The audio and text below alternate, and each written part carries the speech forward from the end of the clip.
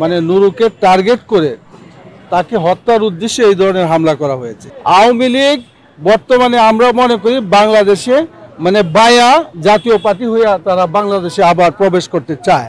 আমি নায়েবে আমির হেফাজতে ইসলাম এবং নায়েবে আমির খেলাফত মজলিস। আমরা গতকালকের ঘটনা দেখার সাথে সাথেই আমরা পল্টন ছুটে আসছিলাম, কিন্তু ওই সময় পল্টনের পরিস্থিতিটা একটা থমথমে একটা অবস্থা ওরা করছে যে তাৎক্ষণিকভাবে ওনাকে ওই জায়গায় আমরা দেখতে যেতে পারিনি। তো আজকে হাসপাতালে আসলাম। ঘটনাটা যেভাবে ঘটাইছে এটা তো একেবারে আপনি ভিডিও ফুটেজ দেখলে বুঝবেন যে মানে নুরুকে টার্গেট করে তাকে হত্যার উদ্দেশ্যে এই ধরনের হামলা করা হয়েছে এবং এই ধরনের ছোট্ট একটা মিছিলকে দমন করার জন্য এখানে সেনাবাহিনী আসার কোনো প্রয়োজন আমরা মনে করি না। পুলিশই যথেষ্ট ছিল, তাই না? কিন্তু পুলিশ এবং সেনাবাহিনী এটাকে দমন করছে যেভাবে, এটা তো দমন করা বলে না, তাকে ডাইরেক্ট পিটাচ্ছে। সুতরাং আমরা মনে করি যে আরেকটা জিনিস আমরা এখানে লক্ষ্য করছি যে জাতীয় পার্টির অফিস থেকে একদল লোক হেলমেট পরা তারা বের হয়েছে। এই হেলমেট বাহিনীর লোকগুলা কারা? তা আমরা মনে করছি যে জাতীয় পার্টি হলো আওয়ামী লীগের দূষণ। বিগত দিন আওয়ামী লীগের সকল সুবিধা তারা গ্রহণ করেছে, এখন এটার প্রতিদান দিতে চায় এবং আওয়ামী লীগ বর্তমানে আমরা মনে করি বাংলাদেশে মানে বায়া জাতীয় পার্টি হয়ে তারা বাংলাদেশে আবার প্রবেশ করতে চায়।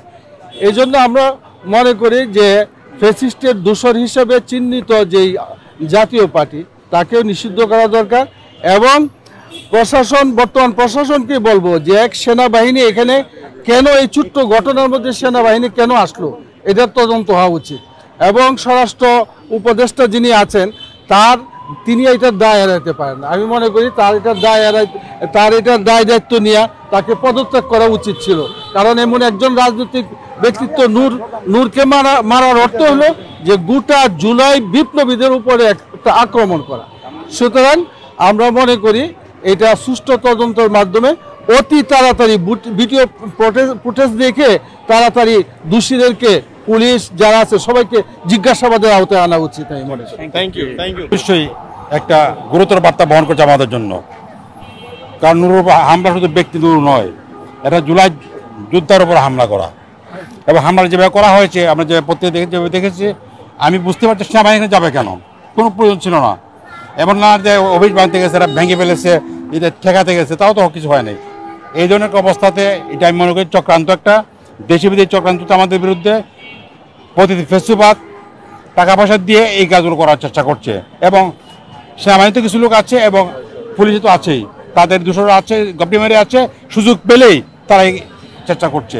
এই যে আমি মনে করি তারা যে কাজটা করেছে অর্থ হচ্ছে যে আমরা যারা জুলাই আন্দোলনের পক্ষের লোক শক্তি যারা, এরা যদি ঐক্যবদ্ধ না থাকি এবং চক্রান্তের বিরুদ্ধে আমরা সুদৃঢ় না দাঁড়াই তাহলে কিন্তু এটা প্রতিরোধ করা যাবে না।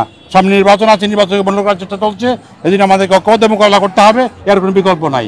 ধন্যবাদ। Thank you.